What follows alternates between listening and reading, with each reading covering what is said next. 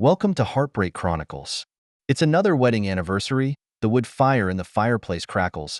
The orange glow of the fire reflects off every corner of the living room, and the aroma of roasting turkey and pumpkin pie fills the air. On the dining table, the delicate silver cutlery shimmered softly in the candlelight, and everything looked so cozy and beautiful. However, underneath this cozy surface, there is an imperceptible undercurrent. Emily wore a burgundy velvet gown, Matthew's favorite color. Her long hair was well-tended, softly draped over her shoulders, and with light makeup on her face, her whole body looked elegant and charming. She made a special reservation at a new French restaurant where the foie gras and braised chicken and red wine were highly acclaimed. She had been preparing for this anniversary for a long time. Matthew sits at the other end of the table, looking a little tired in a dark blue suit. He picked up his glass and took a soft sip of red wine, then looked up, smiled at Emily, and said, "Happy anniversary, darling." "Happy anniversary, Matthew." There was anticipation in Emily's voice as she gazed at Matthew with a loving glint in her eyes. "Did you like the gift I got you?" "Of course," Matthew nodded as he pointed to the watch on his wrist. "This Patek Philippe, I've always wanted it." "Thank you, Emily. If you like it." Emily's smile widened. "I also got you." She was about to say something, her eyes signaling the gift box that was sitting on the side. Matthew noticed the delicate gift box, picked it up and opened it. It was a pair of treasured blue cufflinks. The center of the cufflinks was set with a circle of fine diamonds, low-key and introverted but expensive. "This is too expensive, Emily," Matthew said, putting the cufflinks back in the gift box. "Expensive to be worthy of you," Emily said with a smile, a hint of imperceptible loss in her tone. She was expecting Matthew to give her a warm hug or say something sweet and affectionate like in years past. But this year, none of that happened. Dinner went on in a slightly awkward atmosphere. They talked about work, about friends, about the latest movie they'd seen, but just not about each other. Emily could sense that Matthew was a little distracted by her. His eyes were always wandering, as if he was thinking about something. "Have you been working a lot lately?" Emily asked tentatively. "It's okay. It's just the end of the year and there are more projects." Matthew replied casually, then added, "How about you? What have you been up to lately?" "Me? Same old, yoga, shopping, afternoon tea with Sarah and the girls." Emily shrugged, her tone relaxed but with a flash of despair in her eyes. After dinner, Matthew offered to do the dishes. Emily, looking at his busy figure in the kitchen, an inexplicable sourness welled up in her heart. There was a time when their world as a couple was so sweet. Matthew would surprise her on every anniversary, hold her in his arms as they watched movies together, and whisper words of love in her ear. But now it all seems like a distant memory. Back in the bedroom, Emily changed into a sexy lace nightgown that she had prepared especially for tonight. She lay in bed, anticipating Matthew's arrival. However, when Matthew walks into the bedroom, he just glances at Emily before walking straight to the other side of the bed and laying down with his back to her. "Matthew," Emily called softly, a hint of aggravation and unease in her voice. "What's wrong?" Matthew's voice sounded a little tired. "Nothing, just—" "Is there nothing you want to say to me?" Emily asked, working up the courage. Matthew was silent for a moment, then said, "Emily, I'm tired. Let's go to sleep." Emily's heart sank, and she knew that something was quietly changing. She turned her back to Matthew, tears slipping silently down her face. Over the next few weeks, things got even worse. Emily uses the excuse that she needs inspiration for her work and goes out more and more, often leaving early and staying late. Her cell phone has also become off-limits. Not only does she have a complicated password, but she always carries it with her, even taking it into the bathroom when she showers. One time, Matthew tries to book a restaurant on Emily's phone while she's in the shower, and his attempts to enter the day they met and Emily's birthday fail. This makes Matthew suspicious because Emily's passwords have never been set this complex before. One night, Emily was once again late. She walked into the house with a faint scent of perfume, an unfamiliar scent, not the one she usually wore. "Where have you been?" Matthew asked, his tone calm but his eyes sharp. "Oh, I went to a gallery opening," Emily said as she placed her bag on the couch, trying to hide her panic. A friend invited me, you know. I've always been interested in art. Yes? Which gallery? Matthew pursued. It's, it's that new one that opened downtown. What's it called? Between the Lights, yes. Between the Lights. Emily's eyes dodged a little. Can I borrow your cell phone? I'd like to look up some information. Matthew said suddenly. Huh. Emily froze for a moment, then quickly said, My cell phone is dead. Why don't you use yours? No battery? Matthew's voice held a hint of skepticism. I remember your cell phone being fully charged when you left the house. Oh, probably used it more on the road. Emily forced a smile before walking briskly into the bedroom. I'm going to take a shower, so you get an early night too. Matthew watched Emily's back with growing suspicion. He quietly walked over to the couch, picked up Emily's bag, and fished a small shopping ticket out of it. The small ticket shows that Emily purchased a cashmere scarf at a men's boutique that was worth a lot of money. Matthew's heart sank as he remembered that he hadn't received a similar gift recently. So who was the scarf for? He picked up Emily's cell phone again and tried the usual passwords he had used before several times, all of which failed. He tried to remember Emily's recent antics, the frequent outings, the cryptic phone calls and text messages, the deliberate dressing and evasive glances, and the cashmere scarf that didn't belong to him, all pointing to a possibility that sent shivers down his spine. Emily was cheating on him. That night, Matthew lost sleep. He lay in bed, his mind replaying the moments since he and Emily had met. They used to be so in love, so happy. Why did they come to this? He couldn't think straight and couldn't accept this harsh reality. The next morning, Emily left the house, saying she had an appointment with Sarah to go to the spa. Matthew looked at Emily's departing back with mixed feelings. He knew he couldn't fool himself like this anymore. He had to find the truth. So he made a decision, one that could change their lives forever. He found a number from his address book that he hadn't contacted in a long time and dialed it. The phone was quickly answered and a low male voice came through. Hello, who is it? David? I'm Matthew. There was silence on the other end of the line for a few seconds, then, Matthew. What a rare visitor. What can I do for you? I need your help. Matthew took a deep breath and said slowly, I want you to help me investigate someone. Investigating someone? David's voice held a hint of surprise. Who? My wife, Emily. Matthew's voice was a little shaky, but his tone was unusually firm. It's David, the private investigator on the other end of the phone, was obviously a bit hesitant. After all, investigating a friend's wife was not a glamorous thing to do. I know it's presumptuous, but I really don't have any other options. I'll pay you double your commission and promise not to reveal your identity. Matthew paused. I just want the truth. There was silence on the other end of the line again, this time a little longer. Then David's voice came on again. Okay, Matthew, send me information about the person you're investigating, including pictures, itineraries, and anything you think would be useful. Remember, this is the last time I do this kind of business. Thank you, David. Matthew's voice caught a little. Thank you.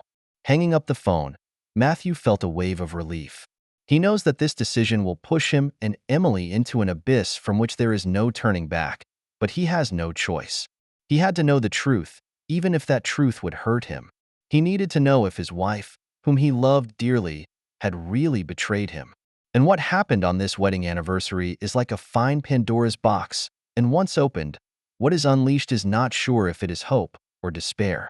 The afternoon after he hung up the phone, Matthew sat in his study, the sunlight pouring through the floor-to-ceiling windows, but it couldn't dispel the darkness in his heart. He put together a list of Emily's photos, her usual social accounts, and everything he knew about her and sent it to David. He even sent David the address of the gallery he suspected Emily was cheating on him at, between light and shadow. After doing so, he felt a wave of emptiness, as if he had been drained of all his strength. The next few days will be an ordeal for Matthew, and every second of it will be an ordeal. He went to work as usual, taking care of the day-to-day business, but in every break in his work, he couldn't help but wonder where Emily was now. With whom? What is it about that man, Sean, that fascinates Emily so much? He even begins to wonder to himself if he wasn't good enough to get Emily into someone else's arms. This self-doubt and fear of the unknown nearly overwhelmed him. On the other hand, he began to search for details about the gallery called Between Light and Shadow and the man named Sean. He found the gallery's homepage and read the introduction of Sean. Sean, a new artist, specializes in using light and shadow to capture the emotion of the moment, and his works are full of tension and expressiveness, which are loved by young people. At the bottom of the homepage is a photo of Sean, a man around 40 years old, with slightly long curly hair, deep eyes, and a hint of a smile at the corner of his mouth, who does seem to have a bit of an artist's temperament. Matthew also followed the trail to Sean's social media account page, where he posted a lot of his work and circled a number of New York art scene celebrities, and judging by their interactions, a warm relationship. Matthew browsed through one of the photos on Sean's homepage with bitterness in his heart. He had to admit that there was a unique charm about the man, a charm that could attract women. Finally, after almost a week of waiting, David called. It was a Friday afternoon, and Matthew was reviewing a contract in his office when the phone rang, shattering the silence. He glanced at the caller ID, and it was David. "Hey, David." Matthew's voice was a little raspy, and he tried to sound calm, but his slightly trembling fingers gave away his inner tension. "Matthew, there are results." David's voice was as low as ever, but this time there seemed to be a hint of sympathy in his tone. "Say it." Matthew took a deep breath, knowing that the moment had finally come. "Your wife, Emily, did have an inappropriate relationship with the man named Sean." David paused, as if weighing his words. "I got some photos and videos of them. Very intimate. Where do they often go to meet?" Matthew fought back the pain in his heart and tried to calm himself. They didn't have regular places to go on dates. Sometimes it was a cafe, sometimes a restaurant, sometimes a hotel. But I found out that the place they go most often is still Sean's studio, just above the Between Light and Shadow gallery. David replied, "Do I need to send you the address?" "No, I know the place." Matthew's voice went cold. "Those photos and videos. I'll encrypt them and email them to you, so only you can view them." David said, "But I would advise you to think carefully about how you use this evidence." "Thank you, David." Matthew hangs up the phone and covers his face with his hands, burying them deep in his palms. A few minutes later, he received an encrypted email from David in his mailbox. With trembling hands, he entered the password and opened the email. Inside the email was a zip package containing dozens of photos and a couple videos. He clicked on a photo of Emily and Sean sitting in the corner of a cafe, talking and laughing, Emily's face beaming with happiness, the kind of smile that Matthew hadn't seen in a long time. He clicked on another video, which showed Emily and Sean walking into the hotel, Sean wrapping his arm around Emily's waist, Emily leaning on Sean's shoulder, and the two of them being intimate, like a couple in love. Feeling a wave of vertigo, Matthew braced himself and went through the rest of the photos and videos. Every photo, every video, was like a sharp knife, stabbing him hard in the heart. He couldn't believe that the woman who had loved him so much, the woman who had shared his bed for 12 years, would betray him into the arms of another man. Pain, anger, despair, a mix of emotions that nearly suffocated Matthew. He didn't know what to do with himself, how to face this harsh reality. He thinks about going straight to Emily and confronting her, but he's afraid to hear Emily admit that she's in love with someone else. He thought about sending the evidence to Emily's family and friends to make her look bad, but he couldn't bear to do it. After all, they had been so in love. How could he bear to hurt her? Just as Matthew was caught up in the pain and agony of the situation, Emily called and said that she was meeting a friend for dinner out that night, and that she might be late getting home, and she couldn't say exactly what time she'd be home. Matthew agreed and told Emily there was no need to rush back. That night, Matthew stayed up all night looking at the evidence that had been collected. He had to take action. He couldn't keep fooling himself like this. He decided to start his investigation with the man named Sean. Early the next morning, Matthew went to work as usual, but instead of going straight to the office, he went near Sean's studio. He parked his car in an unassuming corner and began to observe Sean's studio. He discovered that Sean's studio was located on the third floor of an old building with a cafe downstairs and a bookstore next door. He'd been watching all morning and realized that Sean hadn't shown up at the studio. So he walked into that bookstore, pretending to pick out a book, but in reality, he was observing his surroundings. He discovered that the back door of the bookstore led to a narrow alley that ended at the building where Sean's studio was located. Matthew had a new plan in mind. He bought a few books and walked out of the bookstore. He came to the entrance of the alley and took a good look at his surroundings, then walked quickly into the alley to the back door of the building. He tried to push the door, which was surprisingly unlocked. He carefully stepped inside and made his way up the stairs to the third floor. The hallway was quiet, and all that could be heard was the sound of soft music coming from the cafe downstairs. He finds Sean's studio with a "Do Not Disturb" sign on the door. He took a deep breath and knocked gently on the door. "Who?" A man's voice came from inside, none other than Sean. "It's me, the delivery guy," Matthew said, lowering his voice. The door opened and Sean poked his head out. He saw Matthew and froze. "I don't remember ordering a delivery." Just then, Matthew pushed the door open and stormed into the studio, slamming it shut and locking it behind him in the process. Sean was clearly startled by this sudden turn of events. He took a few steps back and looked at Matthew warily. "Who are you? What do you want?" "Who am I? You don't know me, but I know you," Matthew said coldly, his eyes as sharp as knives. "You're Sean, aren't you? Who the hell are you?" There was a hint of panic in Sean's voice. "I'm Emily's husband, Matthew," Matthew said, word for word, "and it's time for us to talk." Sean's face instantly turned pale, and he knew that the day had finally come. He put on a brave face and said, "I don't know what you're talking about. I don't know any Emily." "Don't recognize?" Matthew let out a laugh as he pulled his phone out of his pocket and tapped on a photo of Emily and Sean on a date at a cafe. "You don't recognize the person in this photo either?" Sean looks at the picture of himself and Emily and falls silent. He knew that any more sophistry would be futile. "Why did you destroy my family?" Matthew questioned, his voice filled with anger and pain. Sean opened his mouth, but didn't know what to say. "Do you realize she's married? Do you realize how shameless your behavior is?" Matthew pressed on step by step. "I know, but I can't help myself. I'm in love with her." Sean finally spoke. "I know it's wrong, but I can't help myself." "Love?" Matthew gave a laugh. "Is your so-called love based on the pain of others? Have you ever thought about how many people will be hurt by your behavior?" "I know, I was wrong, but I really love her." There was a hint of pleading in Sean's voice. "Please don't tell her. Don't let her know about this." "Who do you think is begging who now? Tell me what the hell is going on with you and Emily," Matthew said in a harsh voice. Pressed by Matthew, Sean finally reveals his and Emily's story. As it turns out, they met at an art show opening 6 months ago. Emily stood out in the crowd that day wearing a long red dress. Sean took the initiative to strike up a conversation, and the two of them struck up a conversation. Sean tells Emily he's single and launches a fierce pursuit. Emily was hesitant at first, but eventually couldn't resist Sean's sweet words and romantic advances, and the two soon became lovers. "So, from start to finish, you've been lying to Emily that you're not single at all." Matthew's voice was filled with anger. I do have a family, but my wife Carol and I have never been on the same page.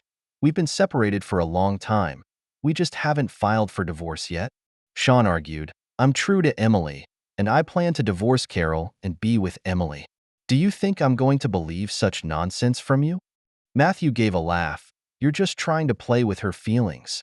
"No, I don't," Sean exclaimed. "I do love her." "Enough," Matthew yelled. "I don't want to hear any more of your lies." He walks up to Sean, grabs him by the collar, and pins him against the wall.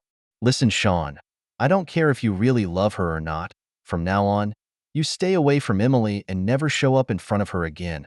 Otherwise, I won't let you go." Matthew gritted his teeth. "I will send these photos and videos to your wife, to your partners, and I will make you lose your reputation." Sean looks into Matthew's fierce eyes and shudders in fear. He knew that the man wasn't joking. He was truly capable of anything. I know. I promise you I'll never see Emily again." Sean shuddered. "Please don't send these out. I can't lose my career." Matthew loosens Sean's collar and pushes him to the ground. "Remember what you said, Sean. If I ever find out you've had any contact with Emily again, I'll make you regret being on this earth," Matthew said, turning around and walking out of the studio. Coming out of Sean's studio, Matthew felt physically and mentally drained as if he'd fought a tough battle. He drove his car and wandered aimlessly through the city. It was evening in New York, with its traffic and neon flashes, but he felt out of place in this bustling world. He recalled what Sean had said about the man who claimed he really loved Emily and was even planning to divorce her. Matthew can't help but sneer. True love? If you really love her, how can you bear to let her bear the name of mistress? If it really was true love, how could the first thing that came to mind after being discovered not be to protect her, but to beg him not to make a big deal out of it? At the end of the day, Sean is nothing but a self-serving hypocrite. As for Emily, Matthew has more mixed feelings. On the one hand, he hates Emily's betrayal. Those photos and videos are like a sharp knife, always lynching his heart. On the other hand, he can't let go of his more than 10 years of relationship with Emily, those once beautiful memories, like a movie screen, constantly flashing back in his mind. He thought back to their first date, Emily wearing a white dress with a sweet smile, as pure as an angel. He thought back to their wedding vows, promising each other to be with each other for the rest of their lives, never leaving each other. He thought back to the future they had envisioned together, traveling together, growing old together, watching their children grow up together. But now, it's all gone to hell. Emily broke their vows and destroyed their future with her own hands. Matthew pulls over to the side of the road and he slumps over the steering wheel, his shoulders shaking slightly. He didn't cry out, but the silent grief was more heartbreaking than bawling. I don't know how long it took, but Matthew looked up. His eyes had regained their composure, but behind that composure lay an even stronger determination. He can't just be put down. He's going to make Emily and Sean pay for their behavior. He took out his cell phone and dialed his attorney, Robert.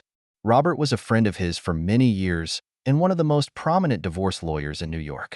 Robert, I need your help, Matthew said, opening the door. What's going on, Matthew? On the other end of the line, Robert sounded a little surprised. I want a divorce. Matthew paused, then said, I have evidence of Emily's cheating, and I want to know how to maximize my rights in the divorce process. Give me the specifics. Robert's tone became serious.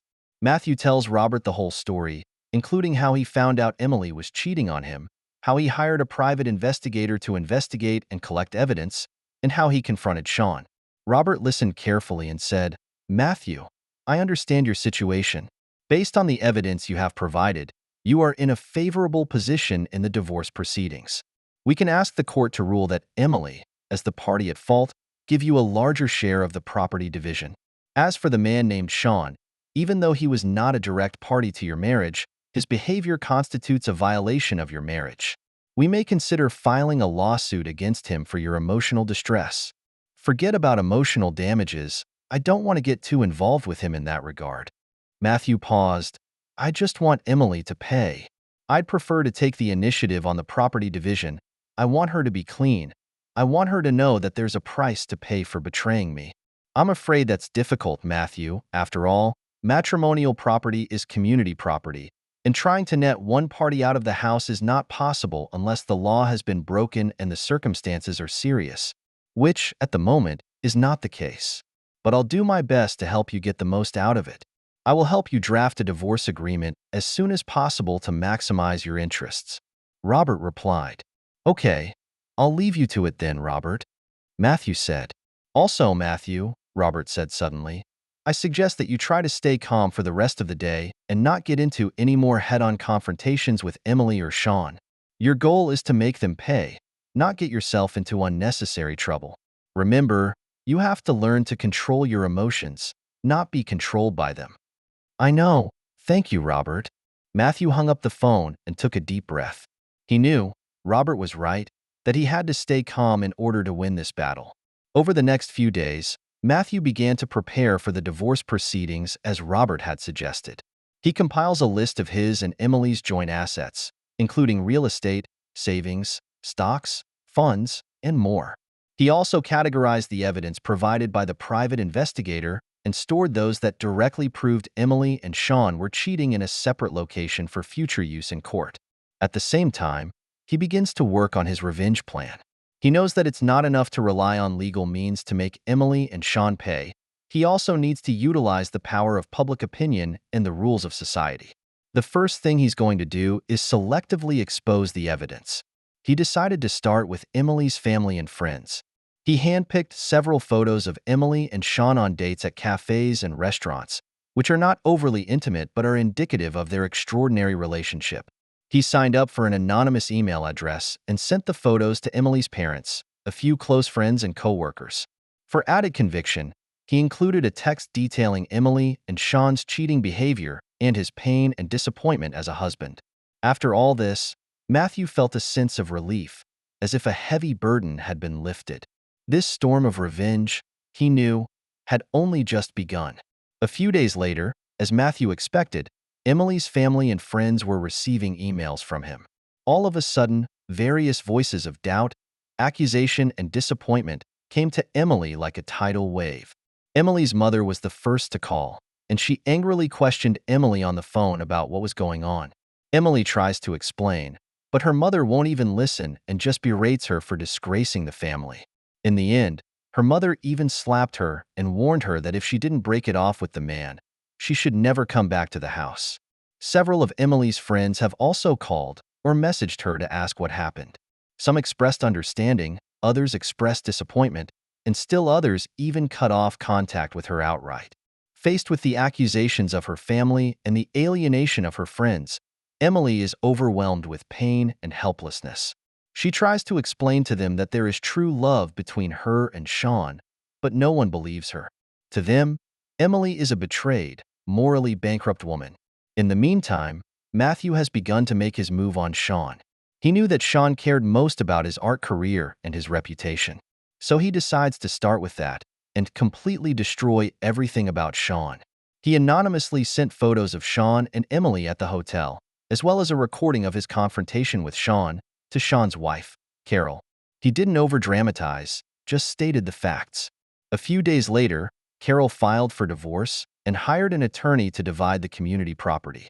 At the same time, Matthew anonymously posted evidence of Sean's alleged plagiarism in his artwork, as well as evidence of his inappropriate relationships with several women, to several art forums. The negative press about Sean was overwhelming, and the image of the artist he had worked so hard to build for so many years collapsed in an instant. Sean's partners have terminated his contracts, galleries have canceled his exhibitions, and some art institutions have even begun boycotting his work. Overnight, Sean went from being an up-and-coming artist in the limelight to a street rat. Sensing the changes in relationships around her and the setbacks in her career, Emily realizes that it must be Matthew who has taken action. She began to think back on what had happened during this time, and she realized that everything had been spiraling out of control since the night she had asked for a baby. She thought of all her past with Sean, all those sweet moments, all those moments of passion, now turned into sharp blades that stabbed her all over.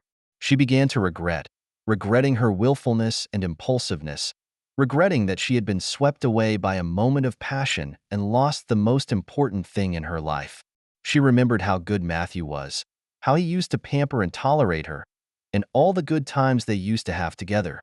She realized what a loving man and what a precious family she had lost, and she was to blame for all of this. Emily's life has never been more wretched. She locked herself in her apartment, the curtains closed tightly, blocking out all light from the outside world. She hadn't left the house for days. Her cell phone was filled with messages of accusations and abuse, and she didn't even dare turn on the TV for fear of seeing negative news about herself. It's all thanks to Matthew. She knew that the photos and information, he must have spread them. She tried to call Matthew, but Matthew never answered. She sends him a message asking for his forgiveness, but Matthew doesn't reply either. She knew that Matthew was really determined to divorce her this time and make her pay. She remembers the sweet times they had and all the good things Matthew did for her, and is filled with remorse and pain. She began to realize how stupid and selfish she had acted in the first place, and how she had personally destroyed her originally happy and fulfilling family in order to pursue a momentary passion. And Sean, the man who claimed to love her, disappeared like a vapor when she needed help the most. When she called him, he either didn't answer or hung up hastily. She messaged him, and he stopped responding. She finally realizes that Sean's so-called love is just an illusion that can't stand the test of time. At the same time, Emily begins to try to cope with the crisis in her own way. She first contacted her parents and tried to explain to them and ask for their forgiveness. However, her parents were so disappointed and angry at her behavior that they expressed their inability to forgive her betrayal and demanded that she divorce Matthew as soon as possible so as not to bring further shame to the family. Then Emily contacted a few of her friends who were usually close to her, hoping to get their support and help. However, what chills her to the bone is that these friends either shun her or advise her to end the incestuous relationship as soon as possible and return to her family. Even one of her girlfriends, who used to be the closest to her, politely stated that she didn't want to have anything to do with her in the future. Emily felt more lonely and helpless than ever before. She was like an orphan abandoned by the whole world and couldn't find any shoulder to lean on.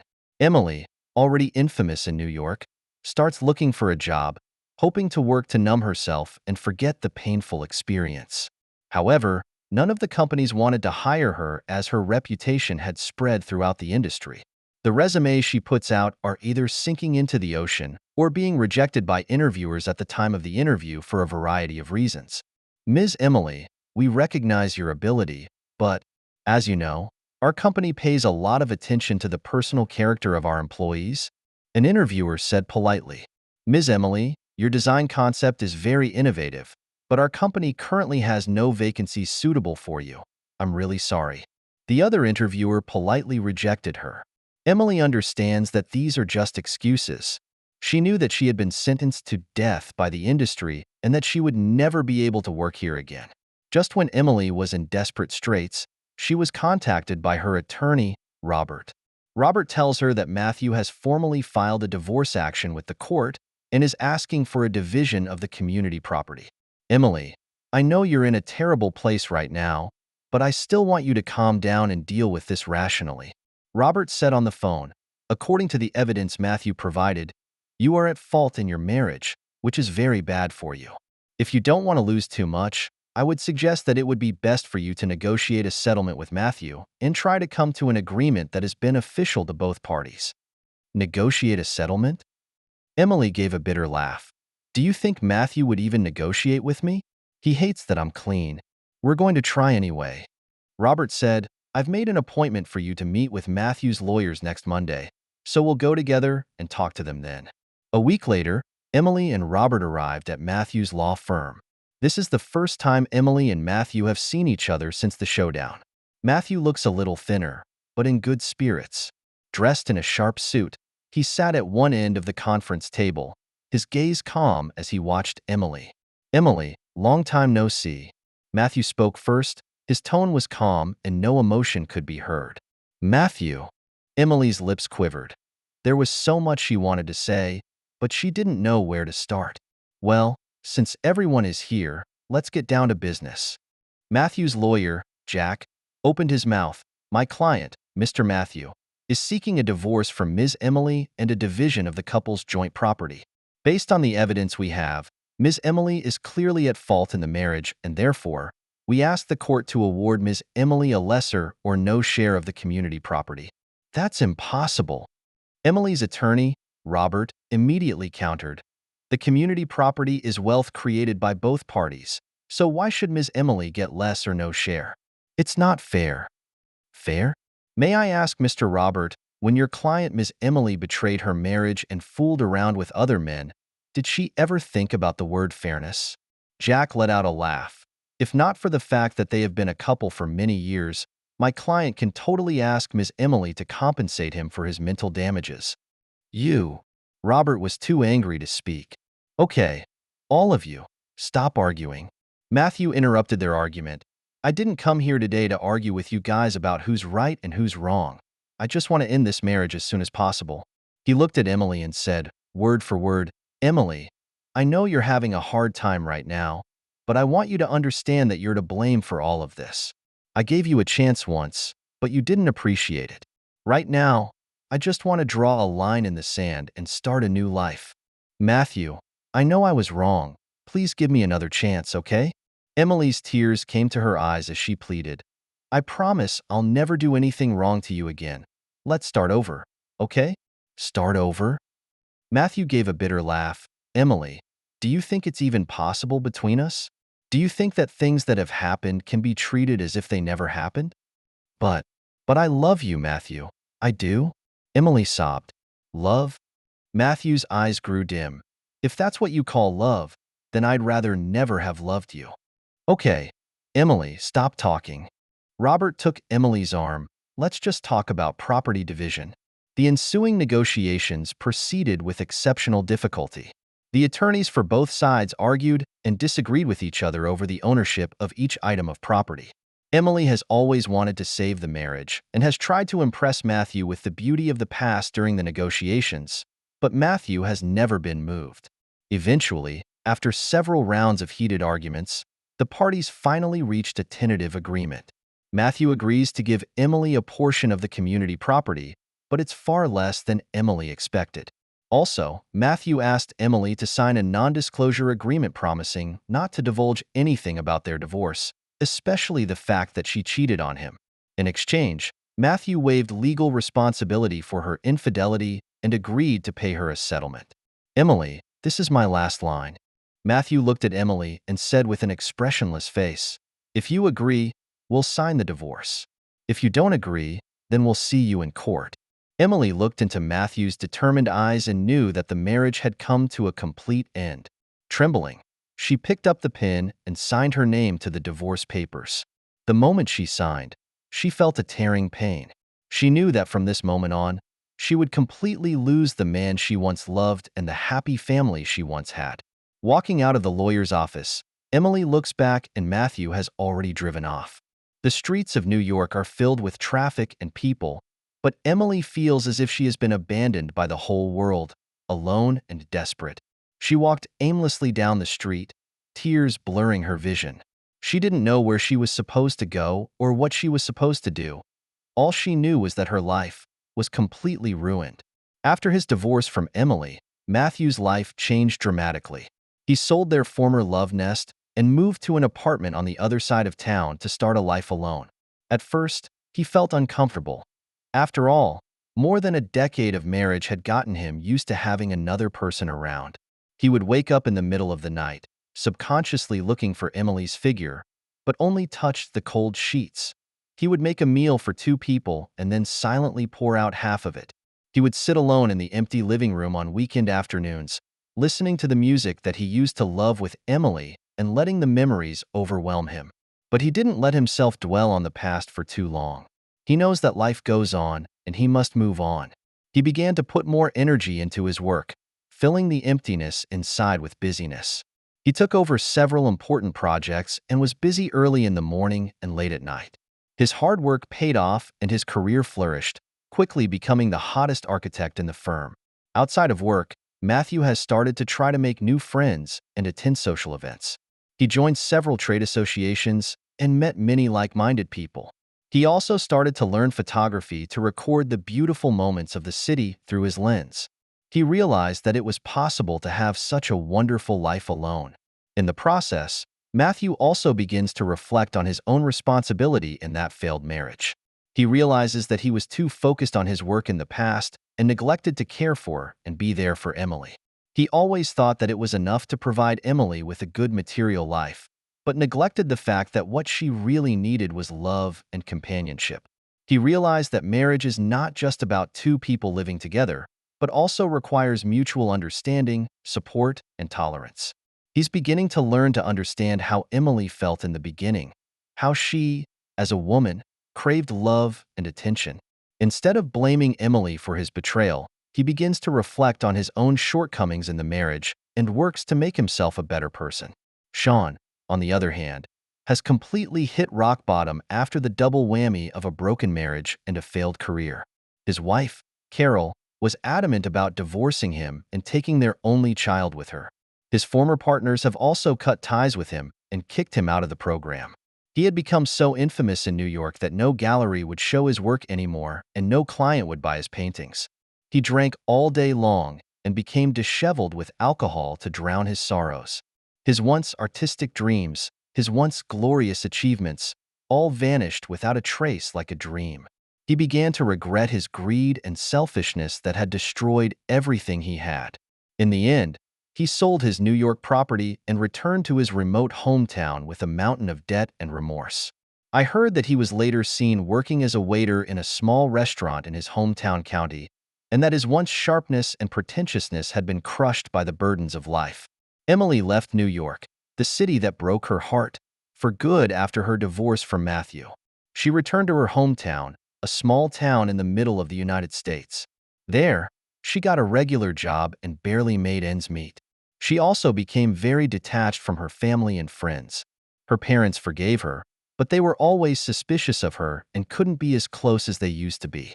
Her friends have also turned away from her because of her past, and the circle of girlfriends that used to be her no longer has room for her.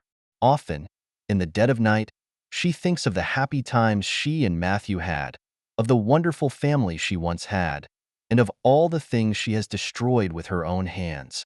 Remorse and pain overwhelmed her like a tidal wave, leaving her breathless.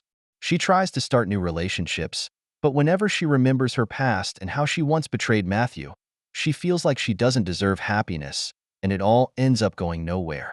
She was like a wilted flower that had lost all color and vitality and could only wither alone in a corner. A year later, Matthew met a woman named Elizabeth at an industry networking event. Elizabeth is an interior designer who is independent, confident, elegant, and exudes a unique charm. The two got to know each other well at the networking event and realized that they shared a lot of common interests. After the meeting, they left each other's contact information and started dating frequently. Matthew found that he felt very relaxed and happy when he was with Elizabeth. Elizabeth is understanding and always there to support and encourage him when he needs it most. She is not like Emily, who needs his constant attention and care. She has her own career and pursuits, as well as her own independent space. With Elizabeth, Matthew felt a sense of peace and security that he hadn't felt in a long time. He knew that he had met the right one. 6 months later, Matthew proposed to Elizabeth. On a sunny afternoon, he takes Elizabeth to the place where they had their first date, a rooftop restaurant overlooking the city. He got down on one knee, pulled out an exquisite diamond ring, and said fondly, "Elizabeth, will you marry me?" Elizabeth's eyes glistened with tears as she nodded excitedly and said, "I do." Matthew placed the ring on Elizabeth's ring finger, and the two embraced tightly. At this moment, Matthew felt incredibly happy and satisfied. He knew that he had finally stepped out of the past and started a new life. The wedding took place a month later and was simple and cozy.